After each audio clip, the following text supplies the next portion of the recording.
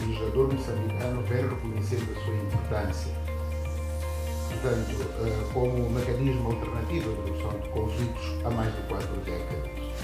A evolução legislativa registrada desde a Lei de 1985 à atual Lei 13/2023 demonstra uma aposta consciente da desjudicialização dos conflitos laborais e na promoção de mecanismos consensuais e especializados de resolução de conflitos. A aceitação das decisões arbitrais. Portanto, nas outras conferências falámos sobre a COMAL, sobre a CEMAL, falamos também do próprio procedimento. Portanto, agora cabe-nos falar dos ganhos, dos desafios e perspectivas.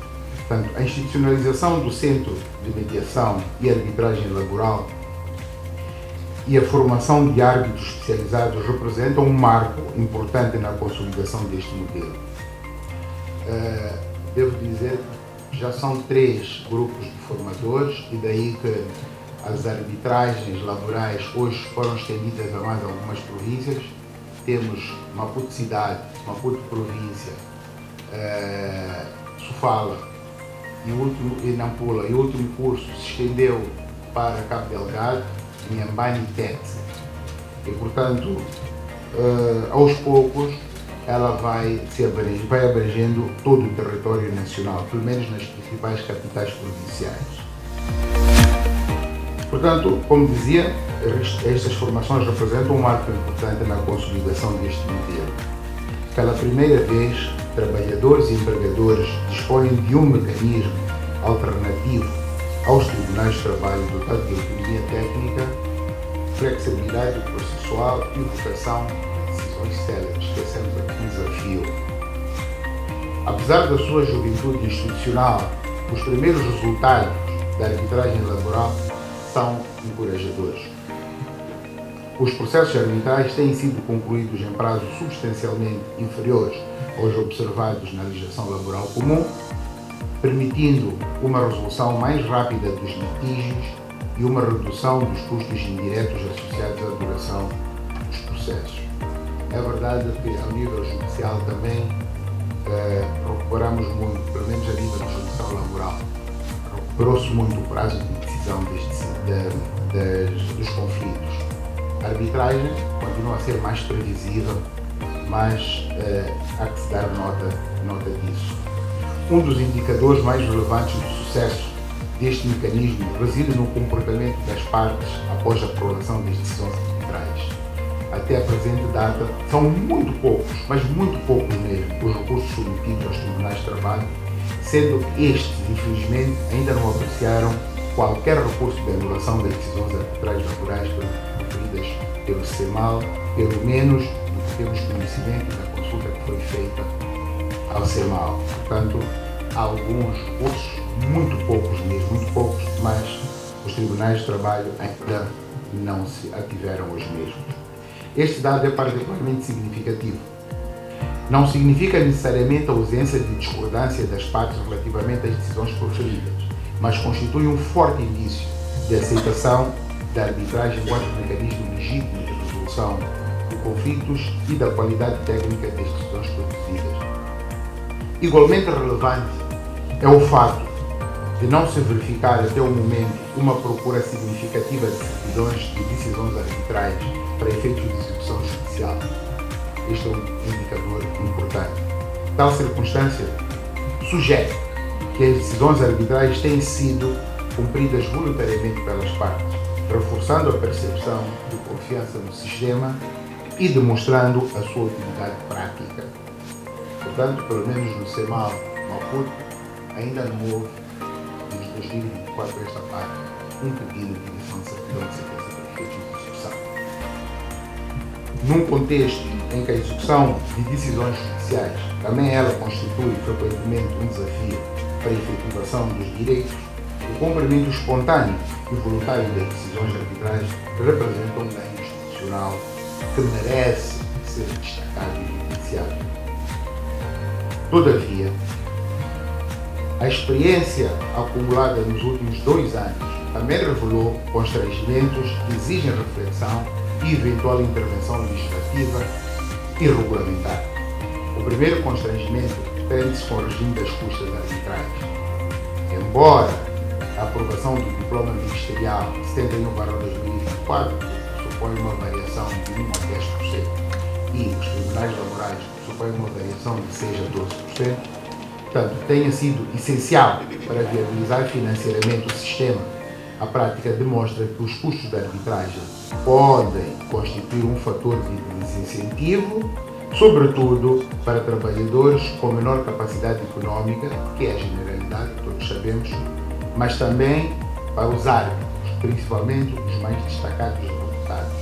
Este é o grande problema. A generalidade dos nossos processos arbitrais são de valores muito baixos e os árbitros, principalmente os advogados, são chamados a atender esses processos, são nomeados, muitas vezes recusam, porque os processos são de 100 mil meticais, 200 mil meticais, 300 mil meticais, 400 mil meticais e, portanto, entendem que estão a perder dinheiro. Portanto, acho que temos também olhar para estes mecanismos com outros olhos. Acresce que o atual regime legal não prevê de forma expressa as consequências processuais do incumprimento do pagamento de custas durante a pendência do processo arbitral. Esta situação tem suscitado questões práticas relevantes perante os tribunais arbitrais. Recentemente, por exemplo, um comitê arbitral foi confrontado com uma situação em que o demandante, apesar de beneficiar de um plano faseado de pagamento das custas, não procedeu à liquidação integral dos valores devidos. Perante esta circunstância, foi requerida pela contraparte a extinção da instância enquanto o demandante solicitava uma prorrogação do prazo e a suspensão do processo.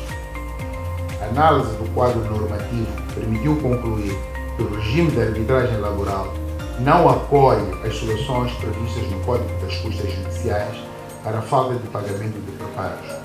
Pelo contrário, o regulamento da Comissão de Mediação e Arbitragem Laboral e a própria lei da arbitragem estabelecem que a decisão arbitral apenas pode ser disponibilizada às partes após o integral pagamento dos encargos processuais. Esta interpretação revela uma solução equilibrada.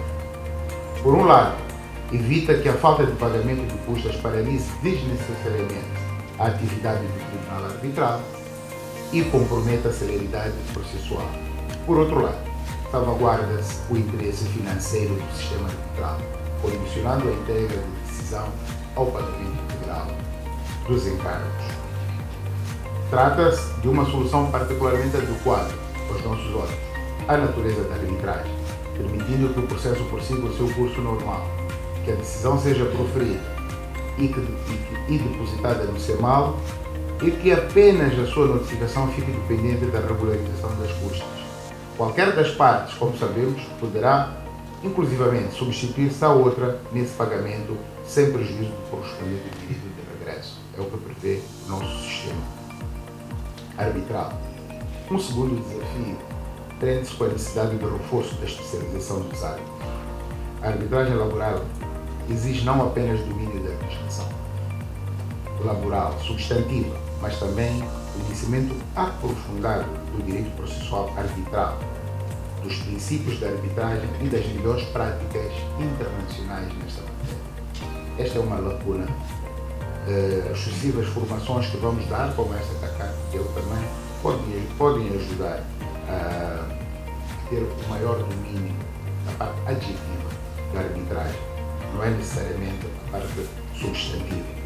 Nas formações que temos ministrado no Centro de Formação Jurídica Judiciária para os formadores, principalmente ligados ao CEMAL, a dificuldade é dupla, tanto a substantiva como a adjetiva. Mas a substantiva tem sido ministrada pelos magistrados judiciais e a adjetiva tem sido ministrada pelo árbitro, eu próprio, o Dr. Dércio Eugênio, o Dr. Nelson Jack e o Dr. Demetrio Monjane. Manjate, sempre é o meu conselheiro, mas confundo sempre o nome dele. Devo ter algum problema com os manjares, mas não sei. Importa, igualmente, refletir sobre alguns aspectos do regulamento da arbitragem laboral que poderão beneficiar de maior flexibilidade processual. Certas exigências procedimentais, como a elaboração obrigatória de termos de referência em processos de reduzida complexidade, nem sempre acrescentam valor ao processo e podem contribuir mesmo para aumentar a sua duração e custos dessa arbitragem. Portanto, os termos de referência, nos termos do regulamento CEMAL, ele essencialmente tem três finalidades. A primeira é a identificação das partes, mas depois é um resumo da pretensão das partes e, no fim, o processualismo. É importante, mas há efetivamente processos que não exigem essa complexidade. Até porque o que está a ser discutido nesse processo são formalidades e esta exigência pode acabar por beneficiar. Se bem que, na verdade, termos de referência bem elaborados podem representar uma parte, pelo menos do relatório da sentença, pode-se ganhar algum tempo, mas também pode prejudicar naquelas situações em que o processo não oferece qualquer complexidade. Finalmente, importa promover uma maior divulgação da arbitragem laboral, junto dos trabalhadores, empregadores, sindicatos, associações empresariais e advogados. Faço menção aos advogados, porque apesar de participarem em várias formações, continuam a ter muito ceticismo relativamente à arbitragem. Os advogados estão habituados a um sistema em que recorrem e sempre que olham para o sistema arbitral, em que os recursos são de anulação extremamente apertada, olham para esse sistema com muita desconfiança.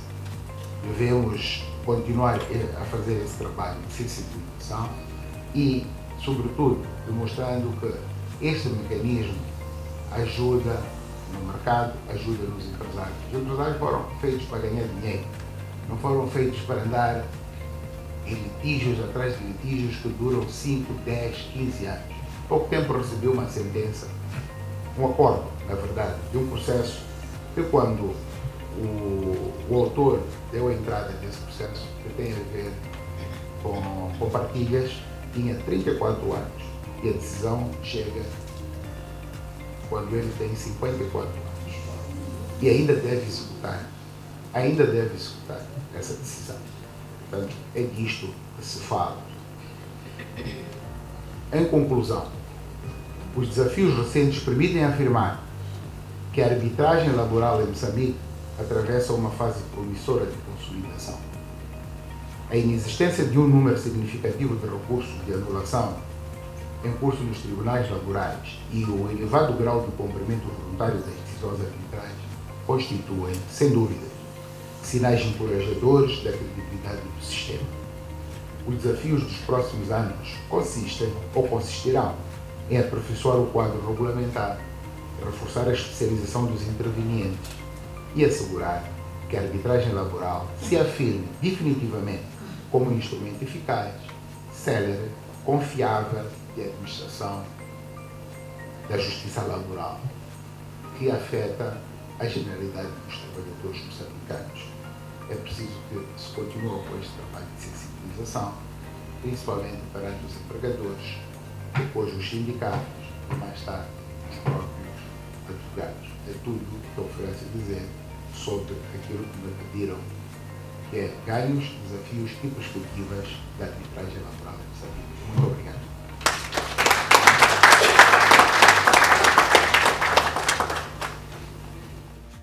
Vamos primeiro falar sobre a questão do recurso da sentença arbitral, que é a dita ação de anulação. Muitas vezes a palavra recurso cria algum tipo de ruído, porque quando nós falamos de recurso no direito, pensamos nós na ideia de existência de uma segunda instância arbitral ou na possibilidade de as sentenças serem revistas, portanto, que foram proferidas em primeira instância. A verdade é que na arbitragem só é permitido o recurso de anulação, que na verdade incide sobre questões meramente formais, para verificar se de facto as formalidades legais que devem constar de uma sentença arbitral ou de como o procedimento arbitral como um todo foram cumpridas ou não. E nessa situação será sim necessária a intervenção dos tribunais judiciais. E a lei é muito bem clara, a lei da arbitragem, em determinar quais são essas condições, portanto, e quais são, portanto, essas situações que permitem esta intervenção. Justamente para poder garantir essa ideia de que a arbitragem ela é um meio célere. Portanto, é preciso que o legislador também estabelecesse um conjunto limitado de situações que justificam a revisão de uma sentença ou a anulação de uma sentença arbitral. Depois da matéria referente aos recursos extraordinários, também vou fazer referência, vou aqui já falar das conclusões e recomendações e referir que a arbitragem goza assim de autonomia como jurisdição, no entanto isso não exonera a possibilidade de, a um dado momento do procedimento arbitral, haver intervenção dos tribunais judiciais na arbitragem, mas que essa intervenção deve ser vista numa perspectiva de cooperação, não numa perspectiva de anular o caráter jurisdicional da arbitragem. Temos aqui algumas recomendações, uma delas tem a ver com a questão dos prazos. Portanto, para aquele que solicitou medidas cautelares, desencadear medidas para poder construir um tribunal arbitral. Temos também com a questão, portanto, relativa à inexistência de prazos para os tribunais judiciais praticarem alguns atos, sempre que forem solicitados pelos tribunais arbitrais. E dessa visita que eu fiz ao centro, falo mais uma vez aqui, percebi que pelo menos o Tribunal Judicial da Zona de Maputo, que é um tribunal provincial, tem correspondido de forma muito célere aos expedientes que são apresentados pelo centro. Agora não sabemos se de facto em relação às arbitragens ad hoc existe essa flexibilidade. Mas era importante que o Tribunal Judicial também tivesse prazos para poder responder aos expedientes que são apresentados pelos tribunais arbitrais. E também, por último, como bem disse o nosso ilustre bastonário, defendemos a modernização do nosso aparelho judiciário. É importante, primeiro, que os próprios juízes dos tribunais judiciais sejam formalizados com conceitos ou com matérias ligadas à arbitragem.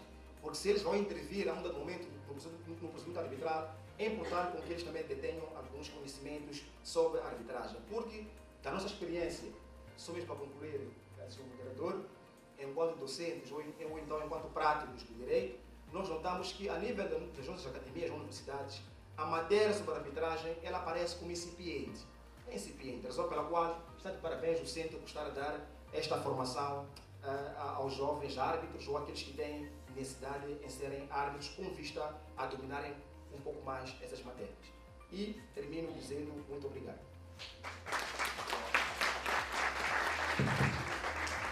Muito obrigado, Dr. Ivan.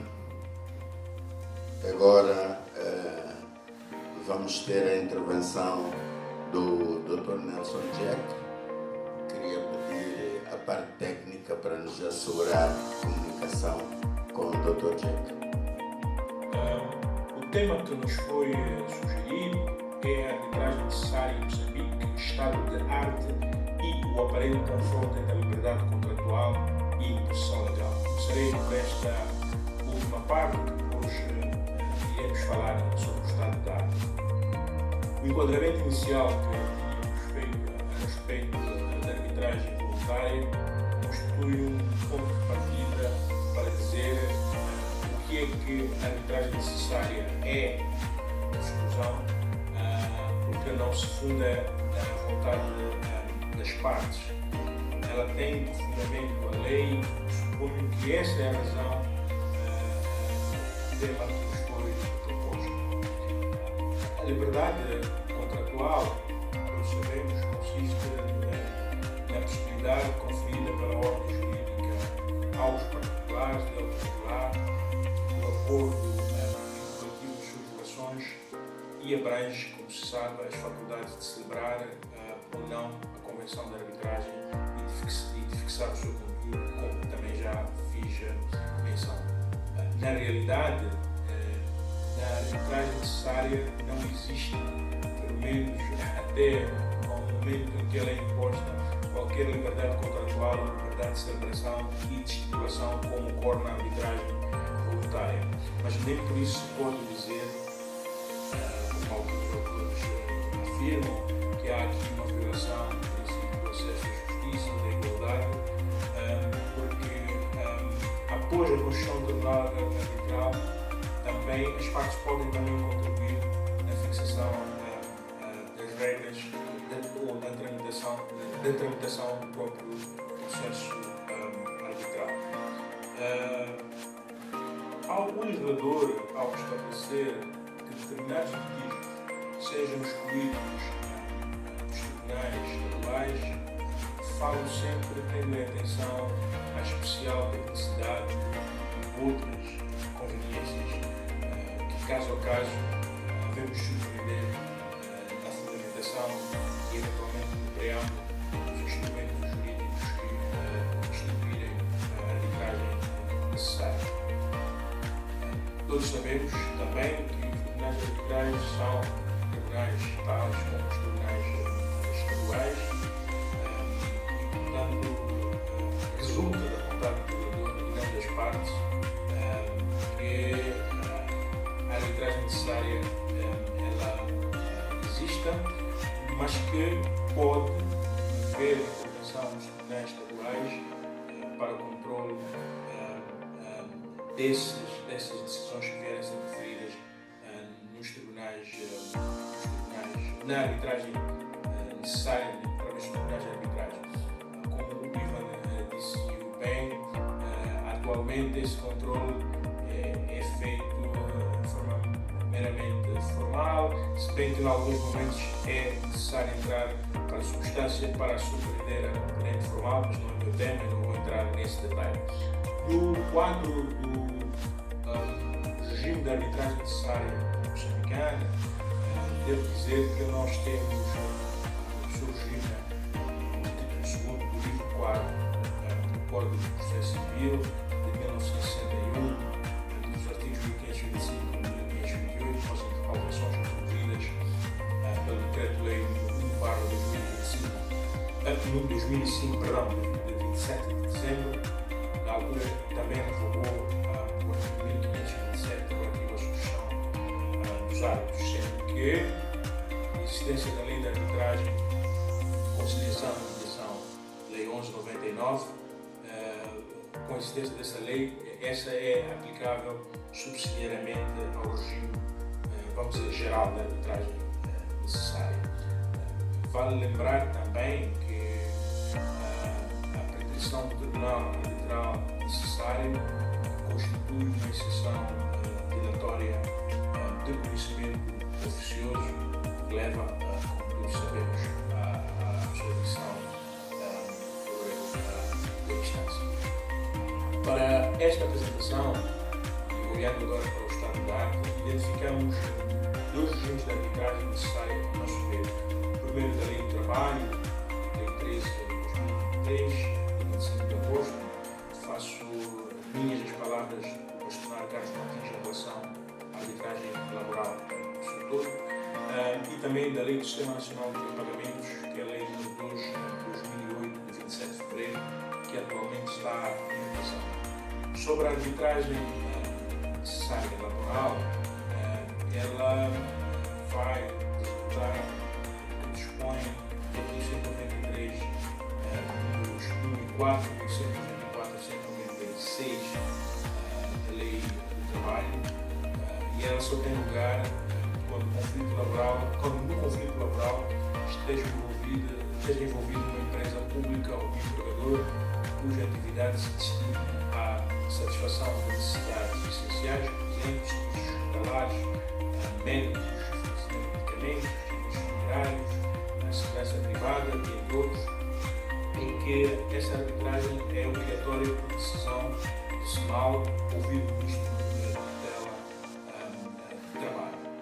Portanto, é este um dos principais regimes de arbitragem necessária que nós temos. E tem uma regulamentação da arbitragem laboral, também referida pelo bastonário Carlos Martins,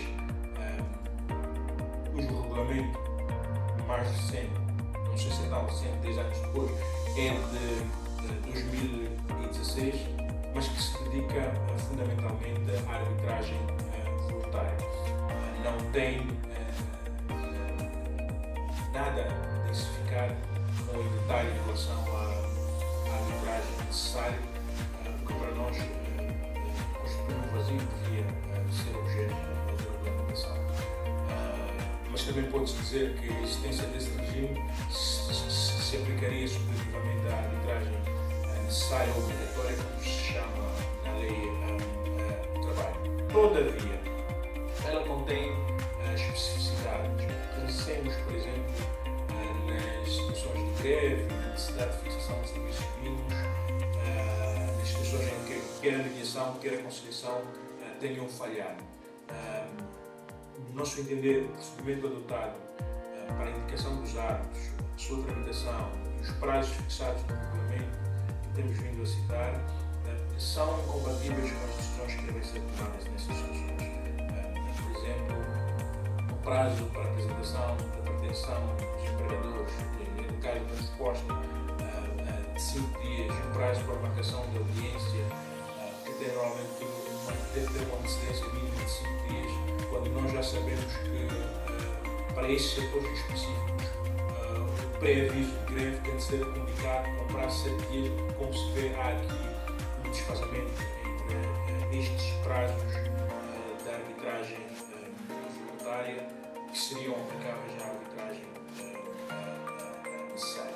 Por outro lado, pensamos que deve haver aqui também uma reflexão quanto ao afastamento da ideia da confidencialidade em relação às decisões referidas nessas arbitragens necessárias. Quanto às custas, digo que subscrevemos também aquilo que disse o pastor Carlos Martins, acrescentando que nos casos das arbitragens necessárias ou obrigatórias em matéria laboral, entendemos que devia ser o Estado a assumir a responsabilidade, quer com os honorários, quer com outras despesas do processo, atento ao interesse público que lhe subjaz. Portanto, não deviam ser as partes a serem remuneradas, até porque no regime atual da tabela de custas de conciliação, mediação e arbitragem, que prevê uma possibilidade de pagamento faseado, escalonado em função da submissão da petição, da Constituição Tribunal Arbitral e da profissão da sentença, haveria óbice que houvesse andamento, sobretudo porque os trabalhadores não poderiam estar em condições de custear as despesas. Em relação ao tema aqui em concreto da arbitragem no setor bancário, eu gostaria de começar por dizer, como falamos dos questionários, quem faz o negócio tem que estar no setor privado técnico. Não está nada preocupado. Não é um escritório de advogados, pode ter como apoio serviço de terceiros, mas não é. Para quem faz o negócio quer ganhar dinheiro. E quem quer ganhar dinheiro tem que compreender que os litígios fazem parte do risco. Fazem parte do risco. Qualquer mercado é assim. Agora há uma preocupação. É preciso saber, e os bancos também é assim. É preciso saber, é preciso ter confiança nas instituições que irão resolver, irão dirimir os nossos conflitos. Nós captamos depósitos, nós depositamos dinheiro nas poupanças das famílias, para que nós possamos merecer essa confiança dos nossos clientes. É preciso que haja clareza sobre o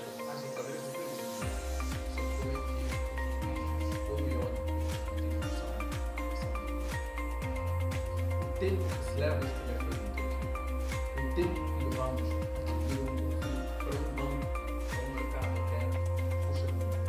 É mesmo um caso de time smart. Não podemos, o banco não pode nem deve ser 10 anos à espera de recuperar 10, 15 milhões de reais. Isso é impensável no setor financeiro, no mercado de expresso. E no nosso caso também é um desafio. Pensamos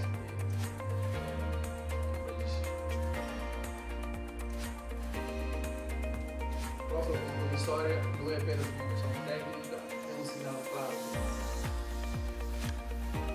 Nós vemos algumas vantagens.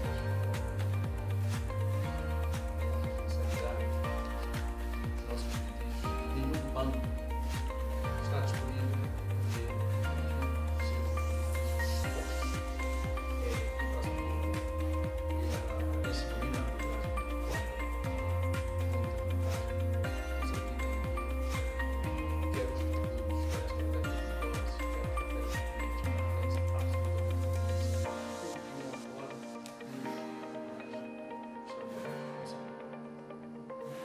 celeridade é um fator competitivo, não haja dúvida disso.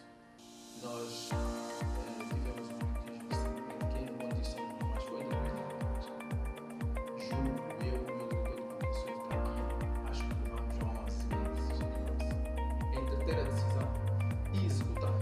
Devemos executar, mas entre ter a decisão e executar, aproximadamente 11 meses.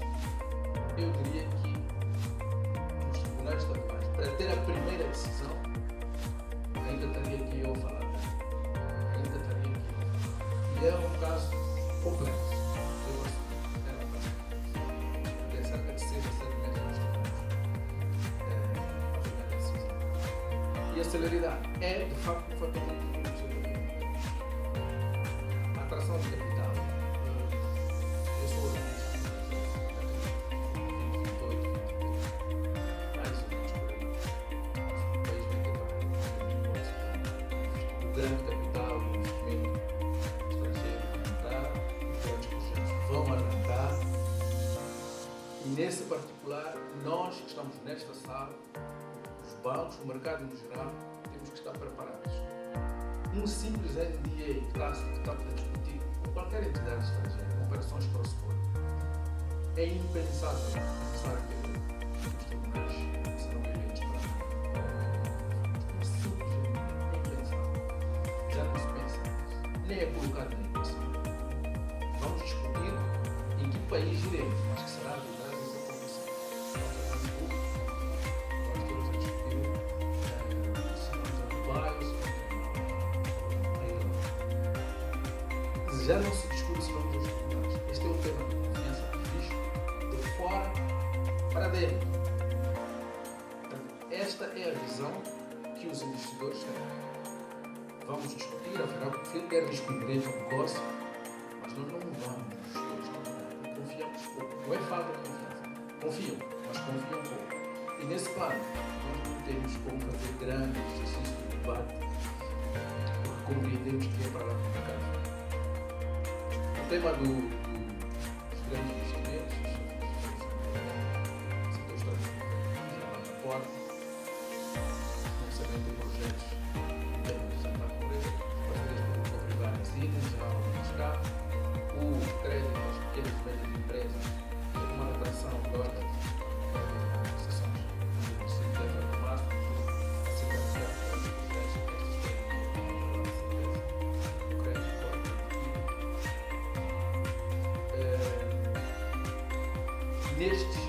esta pool de instrumentos contratuais aqui que confio, em nenhum deles discutimos tribunais estaduais. Quando vamos a causa do fogo, não vamos discutir. Vamos discutir a arbitragem. Vamos discutir aonde, para onde é que vamos. Mas que a arbitragem é ponto assim. Ou seja, há mercado, há oportunidade, nós é que temos que estar preparados para isso. A intervenção dos tribunais judiciais e tocou num ponto que é fundamental, a questão da confiança. Num quadro como o que hoje nós vivemos, parece que não há, na sua perspectiva, confiança sobre os tribunais e disse que, tendencialmente, para um futuro não muito distante, nós devemos investir mais na arbitragem e, eventualmente, em outros métodos alternativos de resolução de conflitos, mas no intuito de afastar de modo definitivo, é isto que eu gostava de ouvir os tribunais. E não devemos rir. E digo isto pelo seguinte: a nossa Constituição é vanguardista nesse sentido. Nós temos lá alguns princípios, como o pluralismo jurídico, em que se admitem métodos variados de resolução de conflitos. A própria Constituição estabelece o reconhecimento de qualquer método que de fato atenda aquilo que são as particularidades no trato jurídico e judiciário, particularmente quando há litígios de partes. Só que achei um pouco, vamos dizer, dissonante esta perspectiva de deixarmos de olhar para os tribunais. Eu gostava mesmo que perguntasse um pouco mais sobre isso. Deixássemos de ver os tribunais num ponto tal que nem sequer o tribunal pode ser um método alternativo à arbitragem. de todo é afastar completamente os tribunais porque não merecem confiança. Não será que é importante que haja investimento de arbitragem por todos aqueles predicados que foram referidos, a celeridade, que é fundamental, a celeridade, a confiança, mas que ao mesmo tempo se justifique o investimento também na tal confiança que se pretende para os tribunais. É importante que os tribunais existam. Os tribunais atuam em todos os segmentos das nossas vidas e o Estado, e sobretudo os agentes particulares, não podem deixar de investir na consolidação dos tribunais, sobretudo os tribunais estaduais, porque são, por excelência, a fonte de resolução de conflitos. Não obstante, a arbitragem e outros métodos também merecem este tipo de tratamento. Então, eu gostava de ouvi-lo, e agora com muito mais atenção, da minha parte, sobre a explicação que foi dada. Obrigado. Estes temas são temas muito importantes no sistema de administração de justiça. Queria também parabenizar o painel. Acho que a minha intervenção acabará por ser uma extensão da última intervenção, porque pronto, eu estou no setor financeiro e gosto de falar apenas aquilo que eu percebo. Provavelmente ia entender as palavras do Dr. Jalani mais inclinadas para a celeridade, pela especificidade do processo de arbitragem, não pela confiança, não sei. Mas o meu ponto centra-se naquilo que acha que seriam as vantagens de apostar na arbitragem em relação às dificuldades que nós já temos agora na administração da justiça, pelo menos no que tange a litígios de cariz financeiro nos tribunais comuns. Eu vou citar exemplos de processos de liquidação bancária, por exemplo, que é um processo administrativo, não é um processo judicial, como acontece em outras jurisdições, mas é um processo administrativo que conta com a participação dos tribunais comuns. E nessa coordenação de esforços, temos tido dificuldades de ter processos céleres. Então, queria perceber naquilo que é na sua percepção, que vantagens é que os processos arbitrais trariam no que tange à literacia financeira dos juízes em relação a aspectos, operações bancárias, as especificidades dos negócios que envolvem operações bancárias, que temos dificuldades hoje nos tribunais comuns. Como é que o processo arbitral vai trazer vantagens apenas nesta matéria do conhecimento de operações bancárias? Obrigado. Não é necessário criar centros de arbitragem especializados. Nós temos que reforçar e dotar de conhecimento e competência o que já existe. Vamos dotar de competência, conhecimento, meios, e eles podem operar. Eu estou Carlos Mundano, eu faço ao ponto com a questão do Dr. Larissa, não necessariamente as mesmas questões, mas responderei uma e passarei por outra. Qual seria a vantagem da arbitragem? Acho que os tribunais comuns e a percepção que ao longo da minha apresentação pode ter gerado no meu caro amigo Dr. Carlos Mundano em relação ao tema dos tribunais. Portanto, a arbitragem oferece desde logo a vantagem da especialização. Eu posso indicar um árbitro do setor financeiro ou que eu reconheço domínio em matéria de operações bancárias, corporate finance, o que for. Oferece especialização, oferece domínio dos setores. E aí oferece confiança na decisão. Mesmo que venha uma decisão que seja menos favorável, eu aceito melhor, eu compreendo. Porque assumo que aquele árbitro ou aquela pool de árbitros tem domínio daquela matéria, estão avisados sobre aquele tema. O que eu já não consigo buscar nos tribunais judiciais, eu não escolho o juiz. E ainda bem que assim, nós não escolhemos o juiz. Portanto, na minha opinião, uma das grandes vantagens é essa. Mas a outra face da moeda, qual é? Se nós fizermos uma aposta em determinados temas e encaminhamos a arbitragem, nós descongestionamos os tribunais judiciais. Nós nos descongestionamos. Neste momento, no caso do setor financeiro, que eu conheço muito bem, muito do que nós temos de decidir vai para os tribunais judiciais. Mas há temas que devem, como disse o ilustre bastonário, devem continuar nos tribunais judiciais. Há outros que também devem ser vistos na arbitragem.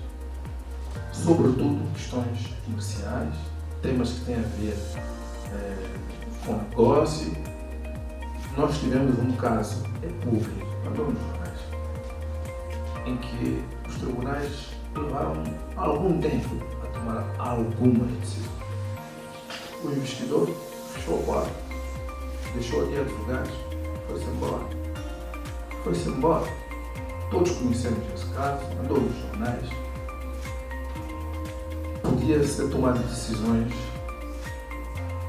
em tempo e a seu tempo. Porque quando nós estamos a falar de negócio, há um custo do dinheiro. O dinheiro tem um custo. Captar hoje e os mesmos 10 milhões de euros eu recuperar daqui a 10 anos não é igual, não é a mesma coisa. Os bancos têm de constituir paridades, quando estamos perante litígios de grande dimensão, têm de tirar os seus próprios lucros e constituir paridade. Aquele dinheiro podia estar a financiar a economia. Há um custo de fundo. E é nesta perspectiva que eu preparei a minha apresentação, que eu fiz a minha declaração, é numa visão de negócio. Eu lancei um desafio a mim mesmo quando preparei a apresentação. Não queria nenhum artigo, não queria fazer referência a nenhum de Portugal. Queria fazer uma visão mais de negócio, mais do setor financeiro, mais daquilo que é a banca e daquilo que nos preocupa. Eu sou gestor de litígio, a maior gestão de crédito deste país. Eu vivo o dia a dia. A pressão do próprio sistema, a pressão das administrações, não estão muito preocupados se ganha ou perde-se. Portanto, a análise é no pré-contencioso. E no pré-contencioso decide-se. Vamos à arbitragem, quando é possível, porque há casos que não merecem essa avaliação, vão direto para tribunais judiciais. Mas há outros que é possível escolher, é possível olhar os indicadores que estão à nossa disposição e decidir pela arbitragem. Todos foram importantes.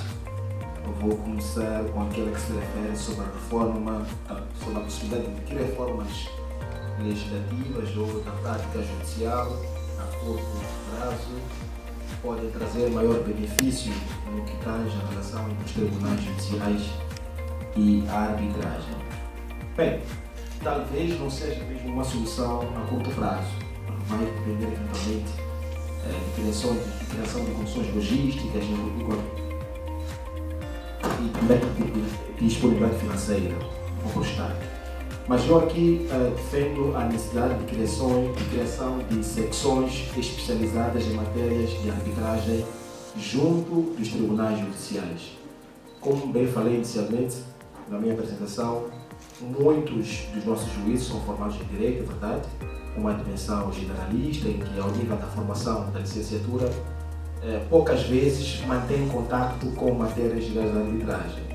Então eu penso que se criássemos secções especializadas junto dos tribunais judiciais em matérias de arbitragem, eu penso que poderíamos ter maior fluidez, maior benefícios para a arbitragem. Uma outra questão é muito importante, tem a ver com a integração digital. Existe, nós bem sabemos, a dita lei de tramitação eletrônica dos processos judiciais.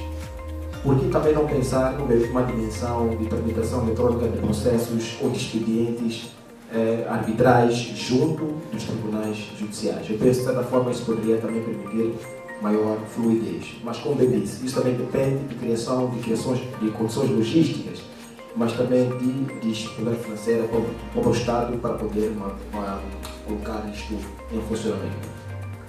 Uma outra questão que é também de ordem legal, na verdade, não de ordem prática, tem a ver com a previsão de prazos, portanto, a nível da lei da arbitragem, em matérias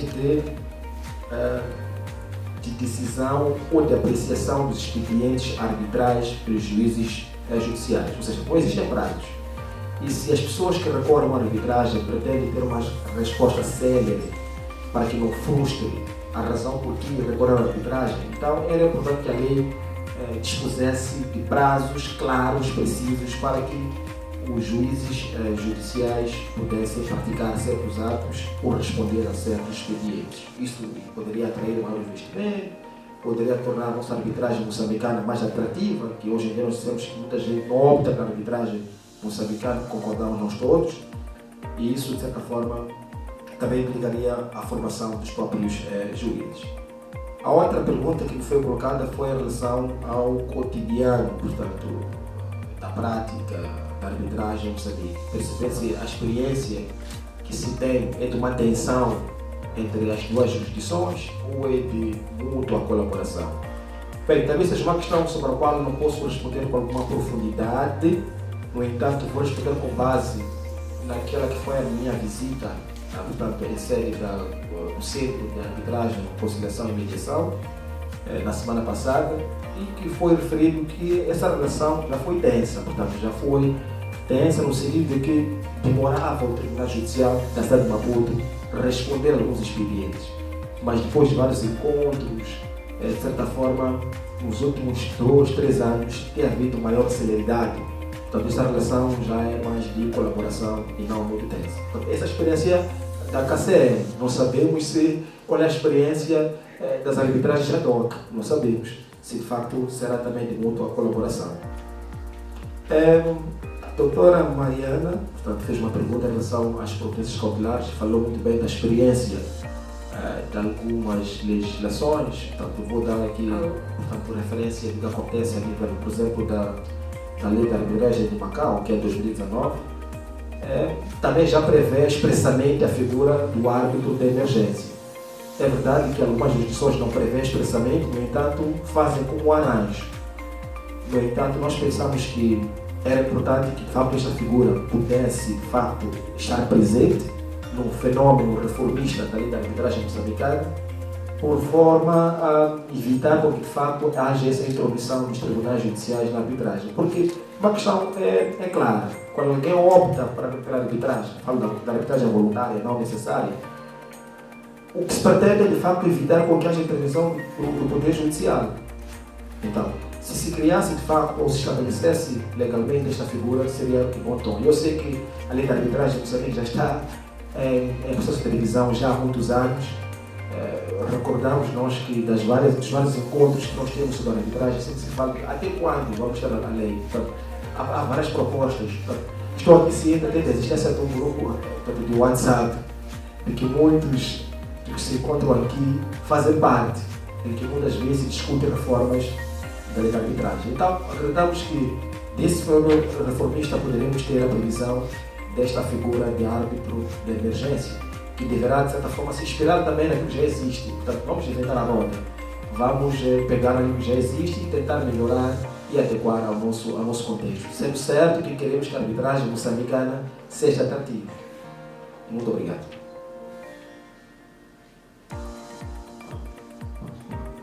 Muito obrigado.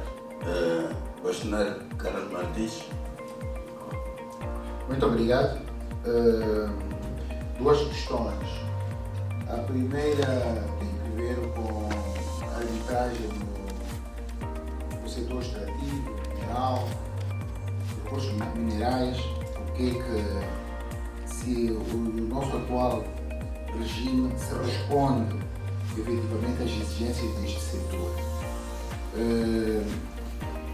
Claramente que há alguma dificuldade de acompanhamento. A indústria extrativa tem estado a recolher-se de forma galopante, tendo em conta aquilo que é ainda a fase muito incipiente da nossa atividade laboral. Estamos a falar de uma mão de obra extremamente especializada, estamos a falar de uma indústria que apoia trabalhadores com culturas diferentes, regimes jurídicos muitas vezes diferentes, e é preciso, de facto, corrermos. Vantagens há muitas, Eu dou um pequeno exemplo, que é da VAL, da ex-VAL, agora VUCA. Tinha centenas de trabalhadores estrangeiros, maioritariamente brasileiros. Foram intentar ações porque no regime brasileiro, e é uma norma admissível para isso, no regime brasileiro são 8 horas por dia, mas 44 semanais. Moçambique, 8 horas diárias e 44 a 48 dias. E foram pedir horas extras e anos de trabalho em Moçambique. E todos eles ganharam os processos. Todos. Nós temos uma norma, que acho que é o artigo 1, que diz que a nossa lei é aplicável a todas as relações de trabalho que ocorram, tanto nacionais e estrangeiros, que ocorram dentro do território nacional. Mas por via dessa norma não foi possível.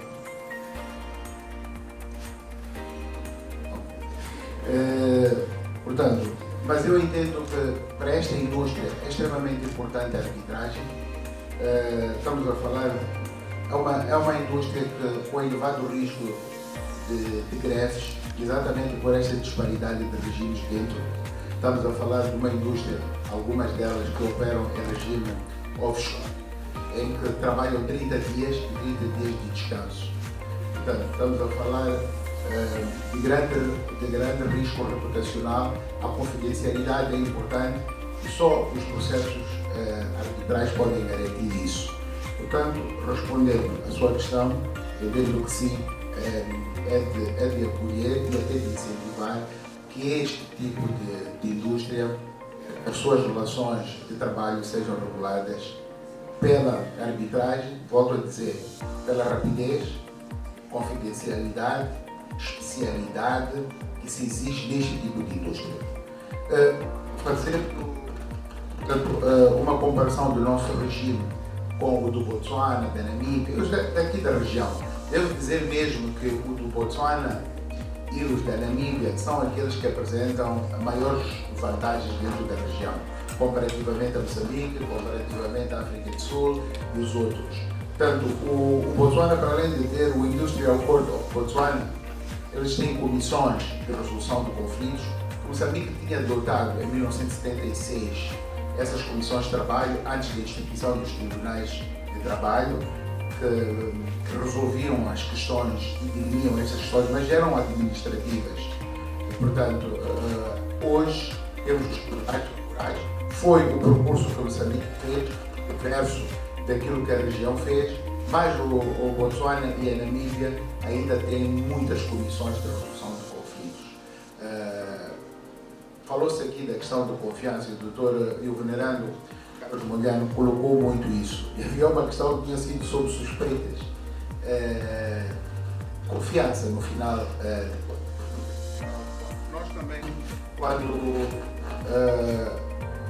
iniciou a mediação e que eram feitas questões de trabalho, também tínhamos essas desconfianças relativamente a isso. Falta de preparação das pessoas que lá estavam para determinadas matérias, a questão de se olharem para estas comissões como aquelas que apenas defendiam os trabalhadores de atividade, até hoje as declarações de passe, muitas delas não tinham nem sentido, a fazer praticamente julgamentos. Emitiam-se declarações de impasse, mas com posicionamento, com violação disto. Portanto, uma mediação não é para isso. Não é. E, portanto, esta questão de falta de preparação, de especialização, acaba por criar estes constrangimentos. Hoje, estas discussões que nós estamos a falar da banca também resumem-se nisso. A questão de confiança é a questão de especialização. Não é uma questão de pessoas, não é uma questão de sistema. É uma questão de especialização. Termos decisões que se aproximam muito daquilo que é a realidade, daquilo que está a ser discutido. Nós temos estes problemas, não é só com os tribunais comuns. Com o Tribunal Administrativo temos estes problemas a nível da propriedade industrial. Temos processos de 99 que não são decididos. Desde 99, esta parte não são decididos os processos, porque não se entende de direito de propriedade industrial que está a ser discutido. Portanto, acho sim que devemos todos continuar a formar e a aprender, o judicial deve continuar, o administrativo deve continuar, há realidades novas, estamos a ser apanhados todos em contrapé, mas aqui é uma diferença. É que uns estão a correr e saem para fora e o judicial é muito mais amarrado neste. Então é preciso se abrir. Quando nós tivemos a nossa lei de arbitragem, quando estava a ser discutida a lei de arbitragem, nós nos lembramos nessa altura que o judicial foi acampar na Assembleia da República, literalmente, para que aquela lei não fosse aprovada. Há uma geração de juristas, muitos estão aqui, que olha o próprio presidente, que olha para a arbitragem com outros olhos. Tanto mais que hoje temos secções de mediação nos tribunais. Era impensável isso em 99, quando aprovamos a lei. Impensável. E mesmo nos anos subsequentes. Portanto, é preciso continuarmos a abrir a mente e percebermos que os brasileiros costumam dizer sempre uma coisa, que estes não são meios alternativos, são meios adequados. Por quê? Porque eles entendem que para cada conflito há um meio adequado para a solução desse conflito. Há conflitos que só pelo judicial podem ser resolvidos. Há conflitos que só pelo judicial podem ser resolvidos. Há conflitos que só pela mediação podem ser resolvidos. Então vou às perguntas que me colocaram. A primeira é do ilustre bastonário Flávio Menete. Quer saber se o regime atual foi longe demais, é mais restritivo. O que eu posso dizer é que nós, com a revisão que fizemos da Lei do Trabalho, por exemplo, perdemos a oportunidade de ir com mais detalhe ao tema da arbitragem necessária. Mas considero que, como temos o regulamento do COMAL que prevê regras sobre a arbitragem, esse pode ser muito rapidamente revisto para prever também temas de arbitragem necessária. Portanto, desse ponto de vista, poderíamos resolver muitos dos problemas que nós temos estado aqui a ver. Agora, há uma pergunta colocada no chat pelo Dr. Nordino. O essencial, ele quer saber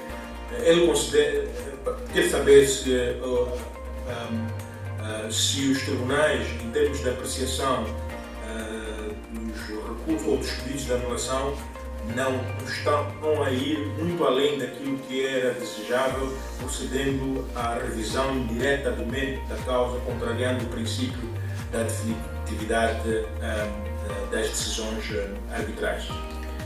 Eu creio que este era um tema muito recorrente nos últimos anos, mas que nos últimos anos não, vamos dizer, há 5, 10 anos atrás, mas que paulatinamente nós começamos a ter, e os advogados que estão aí na sala têm decisões recentes que mostram que os tribunais estaduais, sobretudo a secção civil do Tribunal Judicial da cidade de Maputo, têm estado a proferir decisões em sede de recurso de anulação, ação de anulação, não quisermos dar, que não conhecem do mérito da causa.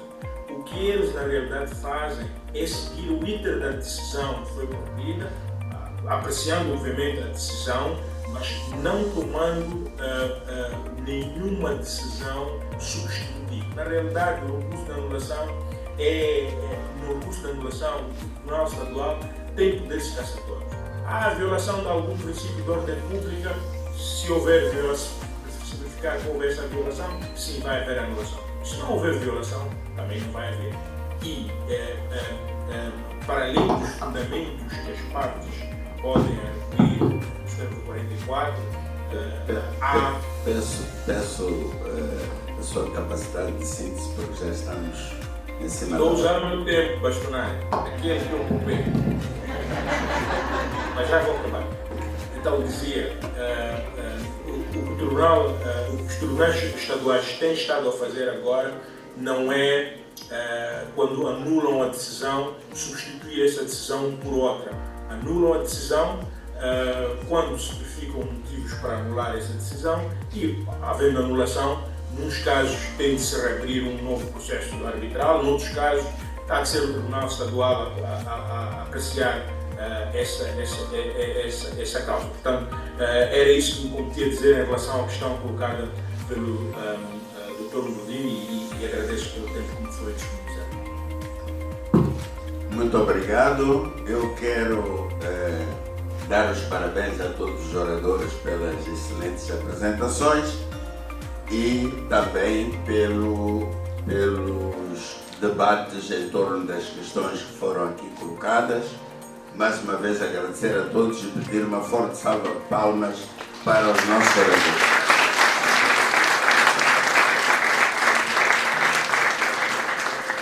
Muito obrigado.